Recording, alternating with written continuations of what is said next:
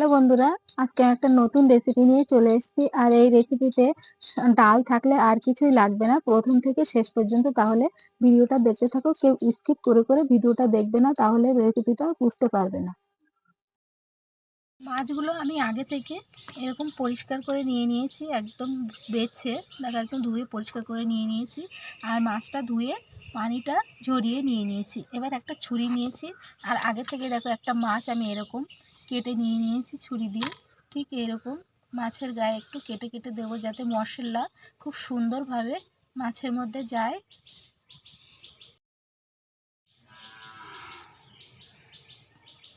মাছগুলো এইরকমভাবে সব কেটে নিয়ে নিয়েছি। মাছে যে মশলাগুলো আমি মাখিয়ে নেব, সেই মশলা আমি কী কী নিয়ে নিয়েছি তোমাদেরকে একবার বলে দিই। নিয়ে নিয়েছি হলুদ গুঁড়ো, কাশ্মীরি লঙ্কা গুঁড়ো, জিরে গুঁড়ো, গোলমরিচ গুঁড়ো আর আদা রসুন বাটা।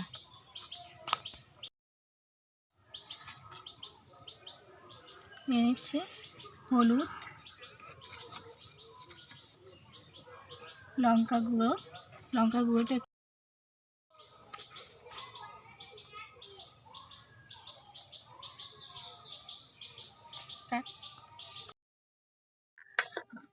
আদা রসুন বাটা, গোলমরিচ গুঁড়ো,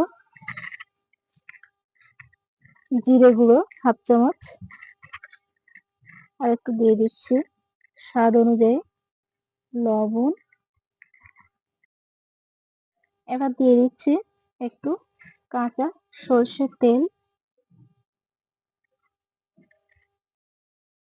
দিয়ে মাছটা খুব সুন্দরভাবে মেখে নিচ্ছি।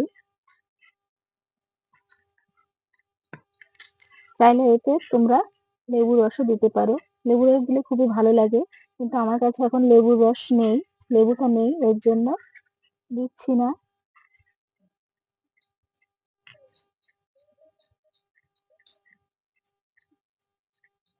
খুব ভালোভাবে আমি এখানে ম্যারিনেট করে নিয়ে নিয়েছি। এবার এটা আমি 10 মিনিটের জন্য রেখে দেবো, তোমরা চাইলে ফ্রিজের মধ্যেও রাখতে পারো।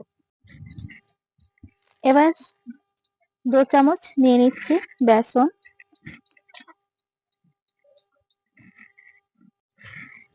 2 চামচ চালের গুঁড়ি, আর দেবো লবণ, দিয়ে এটাকে মিশিয়ে নিচ্ছি।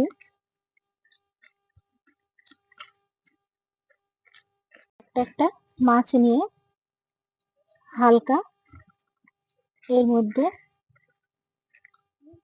মাখিয়ে নেব, বেশি প্রেস করা যাবে না, অল্প একটু করে এরকম ভাবে মাখিয়ে নিতে হবে।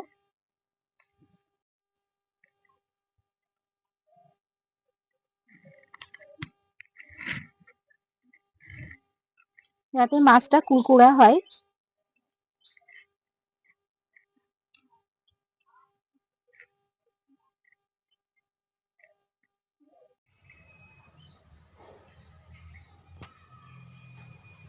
কড়াইতে তেল গরম হয়ে গেছে, এবার মাছগুলো ভেজে নেব।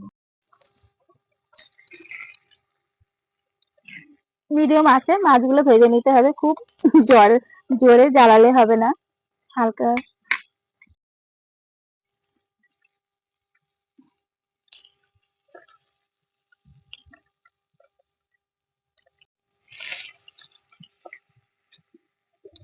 মাছগুলো এবার উল্টে দিচ্ছি। মাছগুলো ভাজা হয়ে গেছে, এবার উঠিয়ে নিচ্ছি।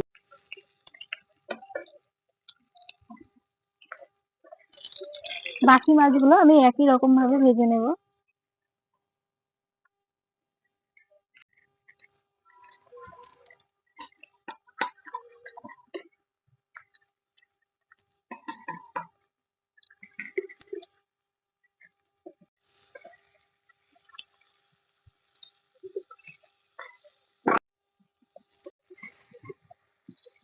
মাছগুলো ভাজা হয়ে গেছে, এবার তুলে নিচ্ছি।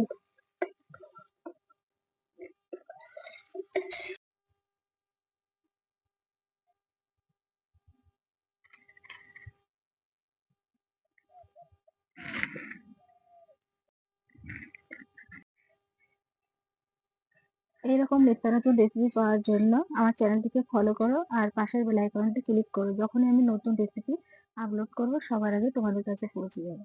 আবারও দেখা হচ্ছে নিত্য নতুন রেসিপির সঙ্গে। এখনকার মতো বাই।